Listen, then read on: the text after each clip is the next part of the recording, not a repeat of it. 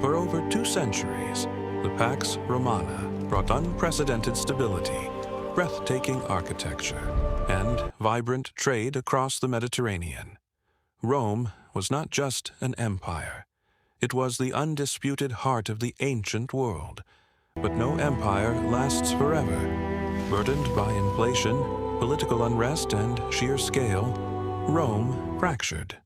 In 395 CE, a fateful division split the realm into 2, leaving a wealthy east and a crumbling, vulnerable west. In 476 CE, the impossible happened. A Germanic chieftain deposed the last Western emperor. The imperial eagle fell, ancient authority vanished, and Western Europe plunged into a dynamic new era. Great stone roads grew silent.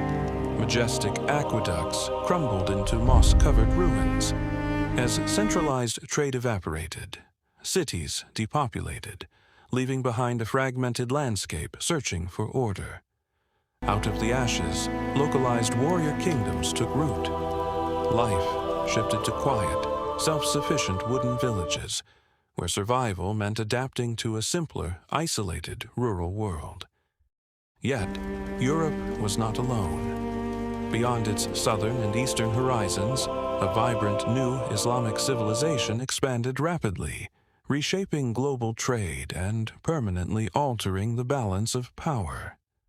Standing as a bulwark in the west were the Franks. At the Battle of Tours in 732, their disciplined shield wall halted northern expansion, laying the cornerstone for a formidable new dynasty.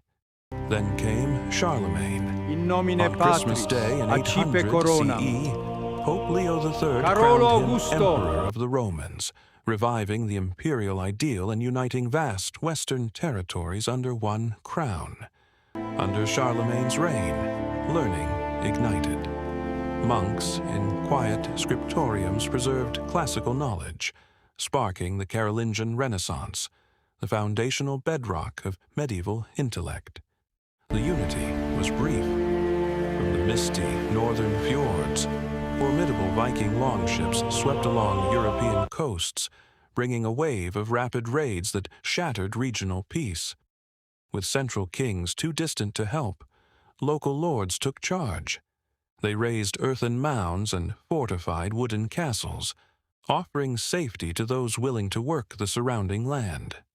Thus, feudalism was born.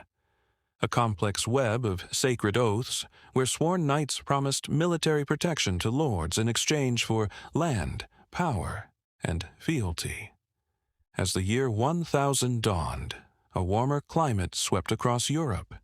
Peasants cleared vast forests, turning wild frontier into rich, golden farmland that fed a booming population. Ingenious technology transformed labor. Massive wooden watermills and heavy iron plows harnessed natural energy, unleashing an agricultural revolution unlike any before. Surplus food breathed life back into urban spaces. Walled cities reemerged, filled with bustling open-air markets, vibrant merchant guilds, and a newly empowered middle class. Ambition pushed European borders outward. In 1066, William the Conqueror claimed England at the Battle of Hastings, forging a powerful, centralized Anglo-Norman realm. Wood gave way to towering stone fortresses. Guarding them were heavily armored knights, bound by chivalric codes of honor that elevated mounted warriors into cultural icons. In 1095, the world shifted again.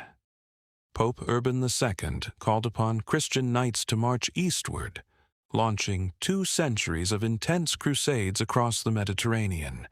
At home, spiritual and secular powers clashed. Emperor Henry IV was forced to wait 3 days barefoot in the snow at Canossa, demonstrating the vast authority of the papacy. That divine authority manifested in breathtaking stone. Soaring, Gothic cathedrals reached toward the heavens, bathing sacred interiors in radiant, colorful stained glass light. Simultaneously, the pursuit of truth flourished.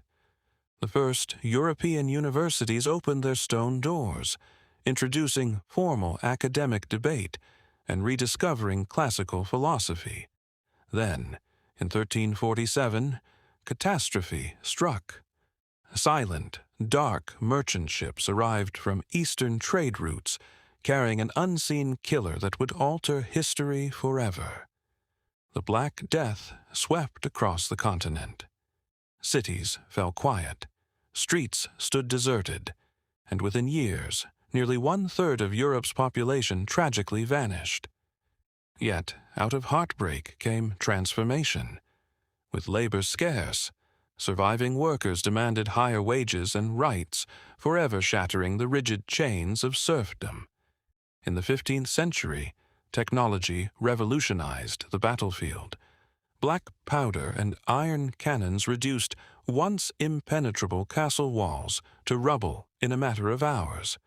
In France, a young peasant girl named Joan of Arc rallied a desperate nation, proving that conviction and leadership could alter the outcome of the 100 Years' War. In Iberia, the marriage of Ferdinand and Isabella unified Spain. With the fall of Granada in 1492, modern, centralized nation-states began to take final shape. Meanwhile, Johannes Gutenberg unveiled movable type. The printing press democratized knowledge, spreading ideas, literacy, and scientific thought at unprecedented speed. No longer bound to their own shores, European caravels set sail across uncharted oceans, opening global trade routes and ushering in the dramatic age of discovery. 1,000 years of transformation, struggle, and resilience had come to a close. The Middle Ages were over, and the foundations of our modern world were officially laid.